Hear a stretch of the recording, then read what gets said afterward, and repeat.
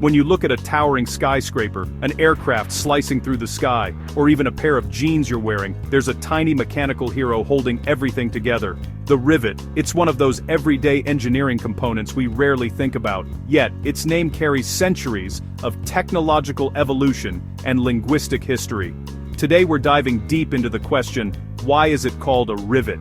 The answer isn't just mechanical, it's linguistic, cultural, and surprisingly ancient. By the time we're done, you'll see this small metal fastener in a completely different light. Let's explore right here on History of Simple Things. To understand the name, we first need to understand what a rivet fundamentally is. A rivet is a permanent mechanical fastener, a small metal pin with a head on one end that's inserted through materials, then deformed on the opposite end to clamp everything together.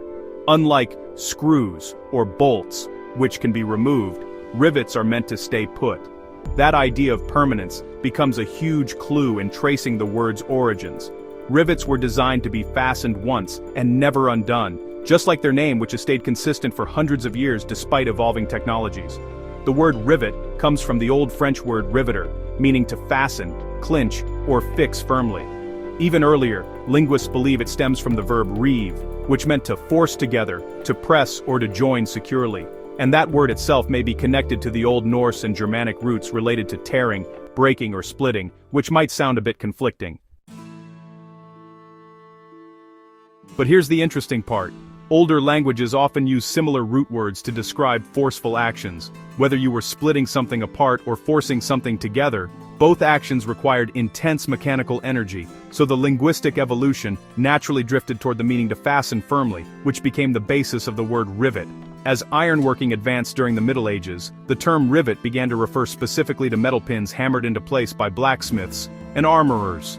Rivets were widely used in everything from metal armor plates to wooden ships reinforced with iron straps. Armorers especially relied on rivets to connect small metal plates, giving knights protection that was both flexible and strong.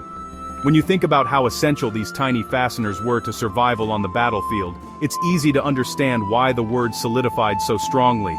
It was tied to protection, craftsmanship, and reliability. Every riveted connection was meant to withstand impact, pressure, and time. By the 1700s and 1800s, the Industrial Revolution transformed rivets from a blacksmith's tool into the backbone of modern manufacturing. Steam engines, bridges, boilers, locomotives, almost everything involving metal structures required rivets.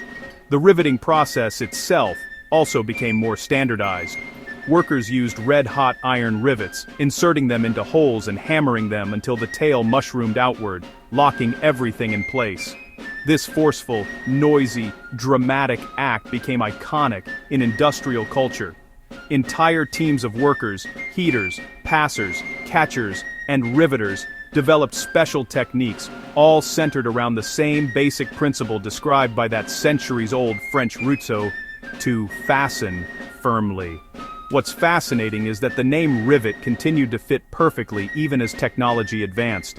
In the 20th century, rivets reached their engineering peak during massive construction projects like the Eiffel Tower, the HMS Titanic, and countless steel bridges. Riveting crews, suspended hundreds of feet in the air, hammered thousands of hot rivets every day, each strike spreading the tail to lock beams together.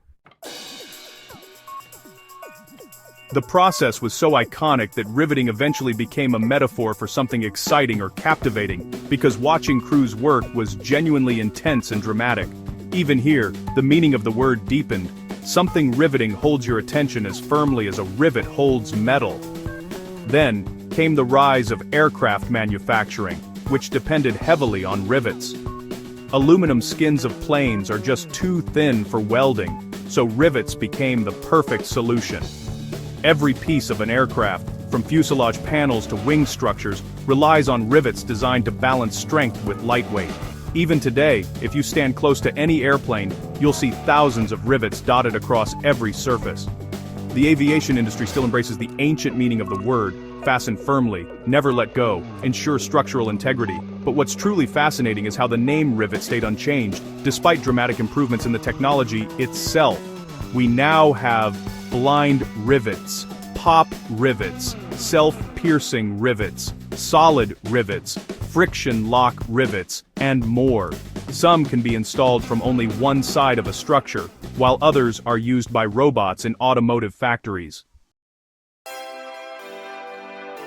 Yet, regardless of design, every rivet performs the same fundamental action described by its medieval ancestors. It clamps materials together permanently.